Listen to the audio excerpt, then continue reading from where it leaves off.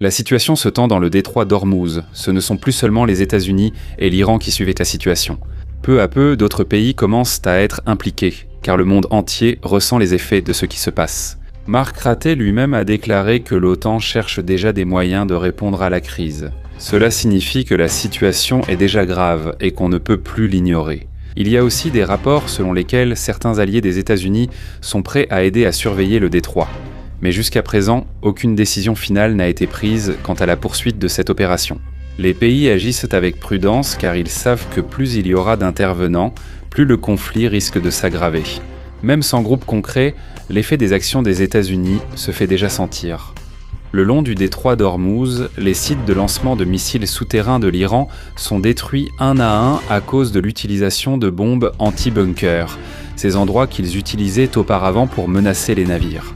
Cela disparaît progressivement et, en même temps, leur capacité à contrôler le passage s'affaiblit. Même si cela ne se fait pas immédiatement, il est clair que leur puissance dans la région diminue peu à peu, et les problèmes de l'Iran ne s'arrêtent pas là. Même en ce qui concerne les drones, un nouveau défi se profile. Une aide potentielle pourrait venir d'Ukraine grâce à des drones intercepteurs. Ces drones attaquent et peuvent intercepter et détruire d'autres drones avant qu'ils ne causent des dégâts. Mais avant de commencer, n'oubliez pas d'aimer cette vidéo. C'est très important pour nous, les créateurs de contenu. Merci beaucoup et maintenant, commençons.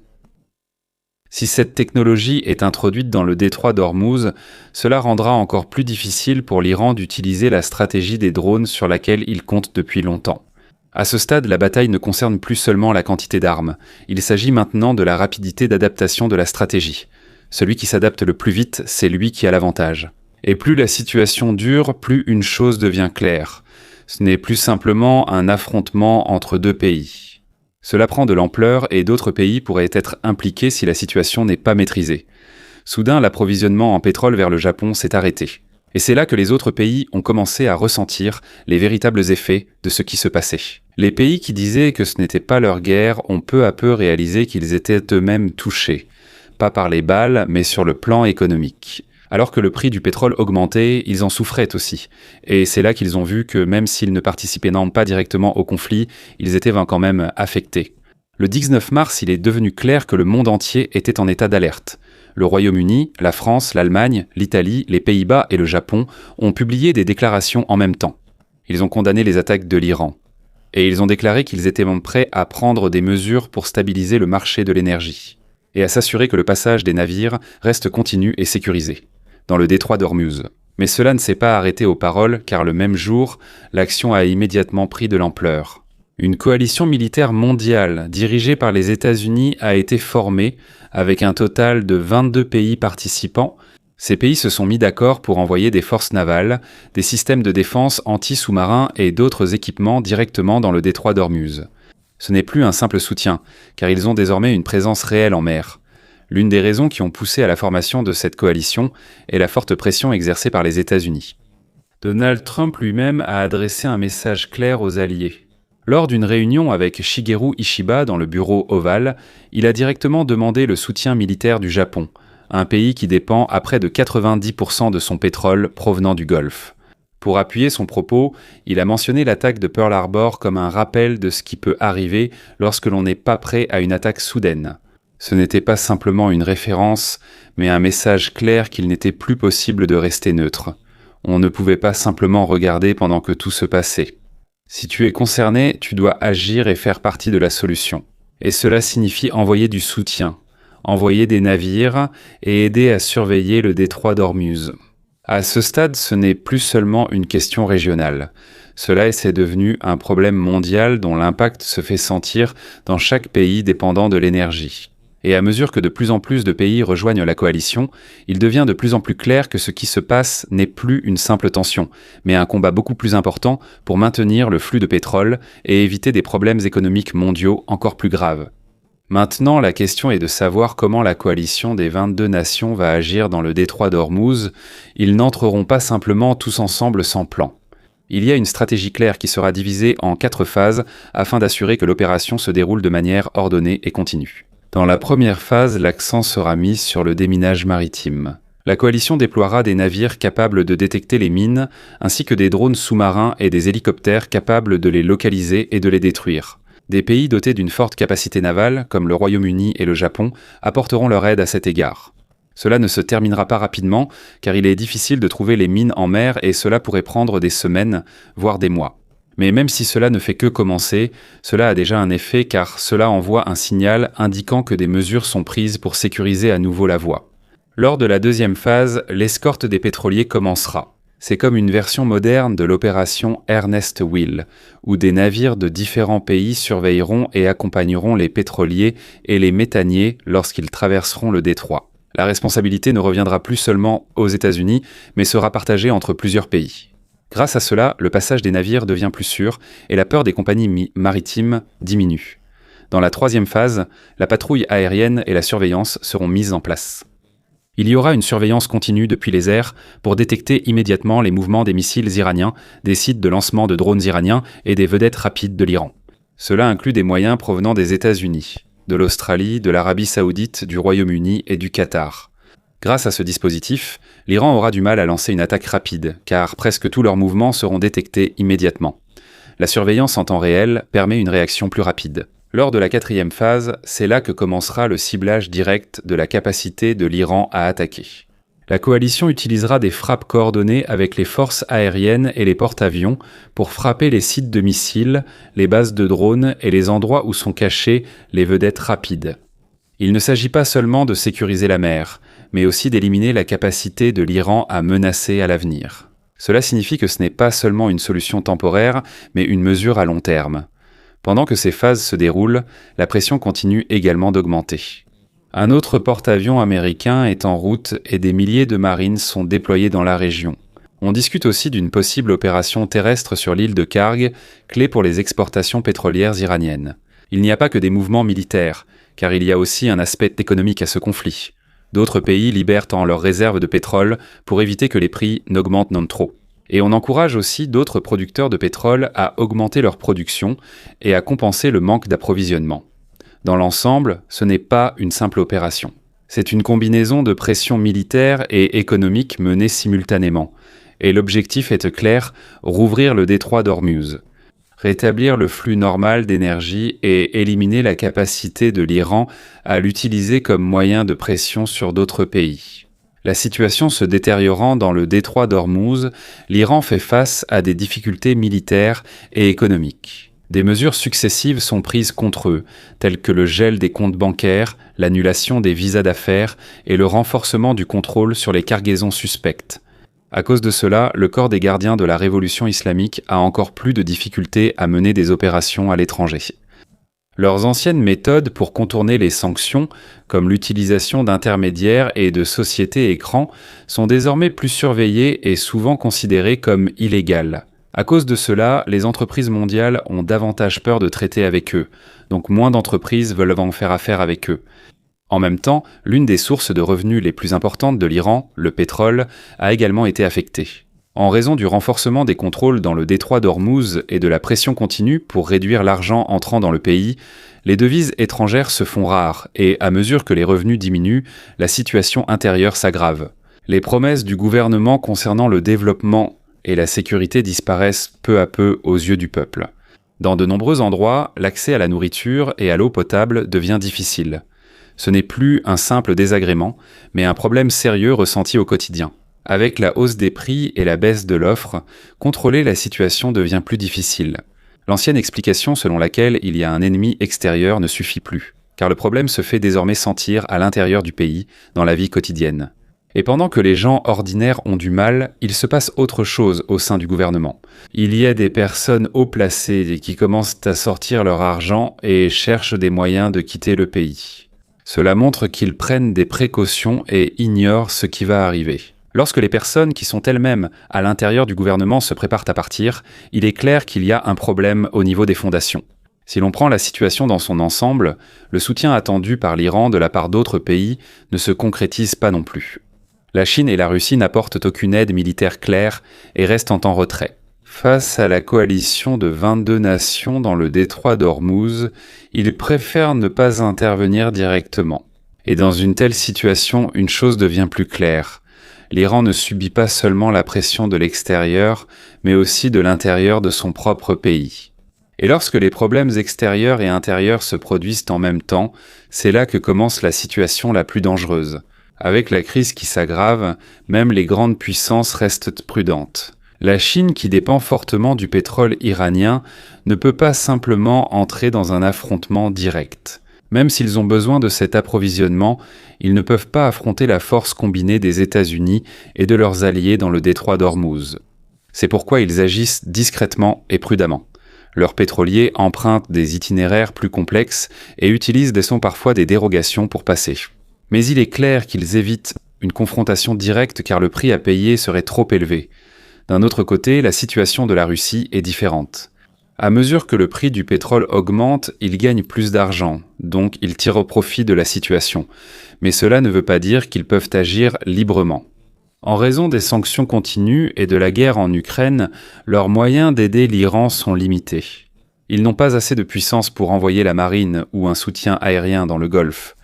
Tout ce qu'ils peuvent offrir, c'est une aide limitée comme des informations provenant des satellites. Et souvent, cela se fait discrètement. Ce n'est pas suffisant pour changer le cours de la bataille.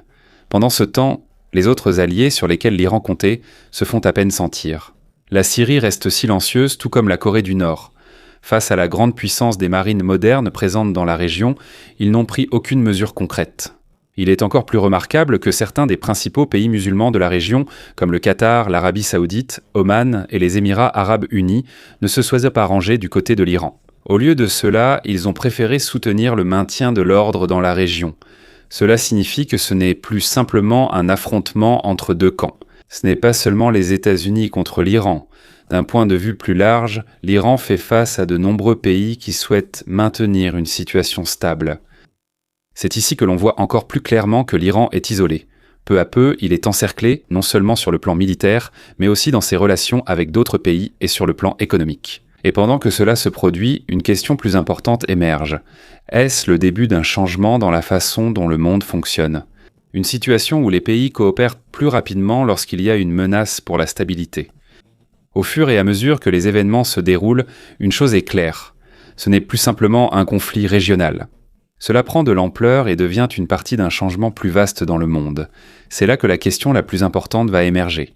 Lorsque 22 pays, représentant une grande partie de la puissance aérienne et navale mondiale, se tiennent devant toi, quelle option te reste-t-il ? Dans un affrontement normal, si les deux forces s'affrontent directement, l'Iran n'a pratiquement aucune chance de tenir. C'est aussi simple que ça. Leurs navires, surtout les plus anciens et les plus légers, ne peuvent pas rivaliser avec les jets modernes, les missiles et les systèmes de défense de la coalition. En quelques secondes seulement, ils peuvent être submergés. Il est donc clair qu'il ne s'agit plus de gagner dans un affrontement direct. L'approche de l'Iran est différente. Ils n'essaient pas de gagner dans un combat frontal. Leur objectif est de rendre la zone difficile, chaotique et dangereuse pour l'ennemi. C'est ce qu'on appelle le déni d'accès. Tu ne gagnes pas, mais tu fais en sorte que l'ennemi ne puisse pas non plus bouger correctement. Pour y parvenir, ils ont 3 méthodes. Premièrement, la pose secrète de mines. On peut utiliser de petits sous-marins et des bateaux similaires à des bateaux de pêche pour poser des mines intelligentes la nuit, dans des endroits où il n'est pas facile de poser, de repérer et de surveiller immédiatement. Le but est de rendre risqué le passage de n'importe quel navire. Deuxièmement, l'utilisation de l'environnement. Sur la côte, il y a des montagnes et des tunnels où les lance-missiles peuvent se cacher. De là, ils peuvent attaquer soudainement. C'est une tactique de frappe et repli. Tu ne sais pas d'où ça va venir, puis soudainement, un missile est lancé vers la cible. Troisièmement, l'utilisation de groupes relais. Par exemple, les mouvements de groupes comme les Houthis, pour attaquer par d'autres routes comme la mer Rouge. L'objectif ici est de diviser l'attention de la coalition. Quand il y a des problèmes à 2 endroits, il leur est plus difficile de se concentrer. Mais même avec ces méthodes, une chose est claire. Ce n'est pas suffisant pour vaincre la coalition. Cela peut ralentir ses mouvements, cela peut compliquer la situation, cela peut augmenter les risques. Mais cela ne changera pas le rapport de force globale. Au final, ce que fait l'Iran n'est pas pour gagner, c'est plutôt pour prolonger le combat et le rendre plus difficile. Et cela coûte plus cher pour l'adversaire. Alors que la situation continue dans le détroit d'Ormuz, il y a une autre chose importante à comprendre. Ce n'est pas seulement un combat en mer ou sur le plan militaire, parce qu'une grande partie de ce genre de combat concerne aussi l'information. À chaque mouvement de navire, chaque vol de drone et chaque utilisation de missiles, il y a une possibilité que cela soit immédiatement détecté par les systèmes de la coalition, comme les satellites, les radars et les avions de surveillance. Cela signifie qu'ils savent plus tôt où il y a une menace et ils peuvent réagir plus rapidement. C'est un grand avantage pour la coalition, car ils ne sont pas seulement puissants, mais ils peuvent aussi détecter et agir rapidement. De l'autre côté, l'Iran essaie de cacher ses mouvements. Ils utilisent des tactiques comme mélanger leurs équipements militaires avec des navires ordinaires, changer fréquemment l'emplacement de leurs lanceurs et parfois placer de fausses cibles pour tromper l'ennemi. Mais même avec ces méthodes, il est difficile de les appliquer en continu à cause du grand nombre de surveillants qui les observent. À chaque mouvement, il y a un risque d'être repéré immédiatement, et une fois repéré, la réponse de la coalition sera rapide. Au fil du temps, il devient de plus en plus difficile pour l'Iran de cacher ses équipements et ses mouvements. En même temps, les navires commerciaux qui traversent le détroit ressentent aussi un impact important. Tous les navires ne sont pas militaires, car la plupart transportent du pétrole, du gaz et d'autres produits. Lorsqu'il y a une menace, ils n'entrent pas simplement, même si le passage est ouvert. Par peur, ils choisissent d'où vont d'éviter ou d'attendre. Et lorsque cela se produit, l'approvisionnement de différents pays est affecté. C'est là que l'assurance entre en jeu.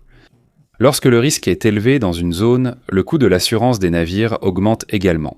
Parfois, cela atteint un point où il n'est plus rentable de voyager. Donc même sans attaque directe, le commerce ralentit quand même.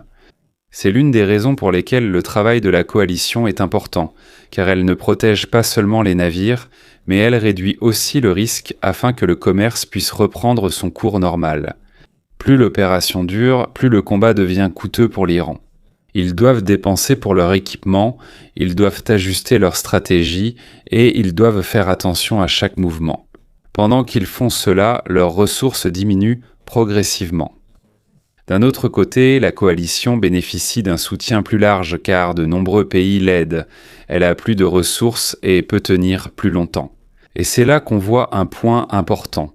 Ce n'est pas seulement une question de qui est le plus fort au début, mais de qui peut tenir sous la pression. La coordination est essentielle dans ce cas. Les pays ne peuvent pas agir chacun de leur côté. Il faut agir ensemble, avoir une communication claire et prendre des décisions rapidement. Plus la coordination de la coalition s'améliore, plus leurs opérations deviennent efficaces. De l'autre côté, au fil du temps, l'Iran devient plus prudent. Il n'attaque plus simplement, mais préfère éviter et s'adapter. Et c'est précisément l'effet de la pression. Lorsque tu es obligé de changer de tactique et de reculer, cela signifie que la stratégie de l'adversaire fonctionne.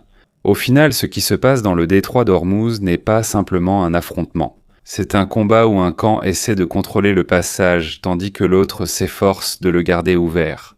Et à mesure que cela continue, il devient de plus en plus clair que le contrôle de cet endroit ne concerne pas seulement l'emplacement, mais aussi qui a la capacité de faire tourner le monde. Parce que lorsque ce passage s'arrête, ce n'est pas seulement un pays qui est affecté, mais le monde entier. Alors que la situation dans le détroit d'Ormuz continue, un autre effet, moins visible mais mondial, se fait sentir, l'impact sur les chaînes d'approvisionnement. Lorsque le flux des navires ralentit ou s'arrête, ce n'est pas seulement le pétrole qui est affecté, mais aussi d'autres produits qui passeront par la même route.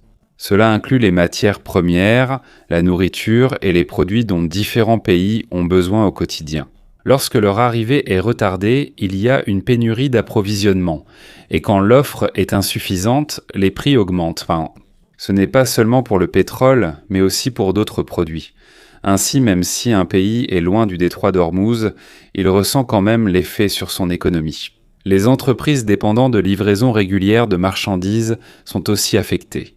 Lorsque l'approvisionnement n'arrive pas à temps, ils sont obligés de changer de plan, de chercher une autre source ou d'augmenter les prix. Au final, ce sont toujours les gens ordinaires qui en ressentent les effets dans leurs dépenses quotidiennes. Plus la situation dure, plus les compagnies maritimes deviennent prudentes. Ils ne regardent pas seulement si la voie est ouverte, mais aussi à quel point elle est sûre. Même avec une escorte de la coalition, si le risque reste élevé, certains choisiront encore d'éviter ou d'attendre.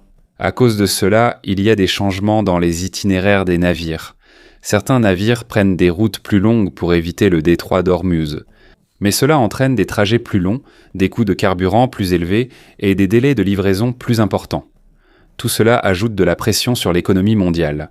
D'un autre côté, les pays qui disposent de leur propre approvisionnement en pétrole bénéficient d'un avantage. L'impact est moindre pour eux par rapport aux pays qui dépendent des importations. Mais même eux ne sont pas totalement à l'abri, car le marché mondial est interconnecté. Quand les prix montent dans une région, l'effet se ressent ailleurs. Au fur et à mesure que le conflit se poursuit, il devient de plus en plus clair qu'il ne s'agit pas seulement de savoir qui contrôle le détroit d'Ormuz, mais aussi de la façon dont l'ensemble du système commercial mondial sera affecté. Chaque décision, chaque mouvement et chaque attaque ont un impact qui va bien au-delà du champ de bataille lui-même. En même temps, cela a aussi des répercussions sur les marchés financiers. Lorsqu'il y a des nouvelles concernant une montée des tensions, cela se ressent immédiatement sur le prix du pétrole et sur les mouvements du marché boursier. Lorsqu'il y a une attaque, les prix augmentent. Lorsqu'il y a des signes d'apaisement, les prix baissent. Cela signifie que chaque mouvement dans le détroit d'Ormuz est directement lié à l'économie de différents pays. Et plus la situation devient imprévisible, plus les investisseurs deviennent prudents. Ils préfèrent éviter les risques et déplacer leur argent vers des investissements plus sûrs. Cela fait encore monter les prix sur les pays touchés par la crise. Au final, on voit que ce qui se passe dans le détroit d'Ormuz ressemble à un effet domino. Il suffit d'un seul mouvement pour affecter de nombreuses parties du monde. Ce n'est pas seulement une question militaire ou politique, mais aussi de la façon dont la vie quotidienne des gens est impactée. Et à mesure que la situation continue, il devient de plus en plus clair que la stabilité d'un endroit est importante non seulement pour la région, mais aussi pour le monde entier. Lorsqu'il y a un problème dans un passage critique comme le détroit d'Ormuz, ce n'est pas seulement un pays qui est affecté, mais presque tous les pays. À mesure que les effets de la situation s'aggravent, il devient de plus en plus clair que le problème ne concerne pas seulement le présent, mais aussi l'avenir. Si cette situation perdure, il est possible que la manière dont les pays gèrent de ce type de crise change. Ils pourraient en chercher d'autres routes pour le pétrole, investir dans les énergies alternatives ou constituer davantage de réserves afin de ne pas être immédiatement affectés la prochaine fois. De cette façon, ce qui se passe actuellement n'est pas seulement un problème temporaire, mais aussi un signal d'alarme pour de nombreux pays. Ils voient à quel point un passage comme le détroit d'Ormuz est important, et à quel point cela a un impact énorme lorsqu'ils rencontrent un problème. En même temps, les pays deviennent plus prudents dans leurs prochaines décisions. Ils ne regarderont plus seulement la situation actuelle, mais aussi ses effets à long terme. À cause de ce qui se passe, il devient plus clair que la stabilité dans ces zones critiques ne peut pas être négligée. Au fil du temps, une chose devient de plus en plus claire. La lutte dans le détroit d'Ormuz ne concerne pas seulement la force, mais aussi de savoir qui peut le mieux s'adapter et continuer malgré la pression. Et alors que tout cela continue, il devient de plus en plus évident que chaque mouvement dans le détroit d'Ormuz a un impact sur le monde entier. Ce n'est pas seulement un affrontement entre des pays, mais une situation qui se fait sentir jusque dans la vie quotidienne des gens. Pao,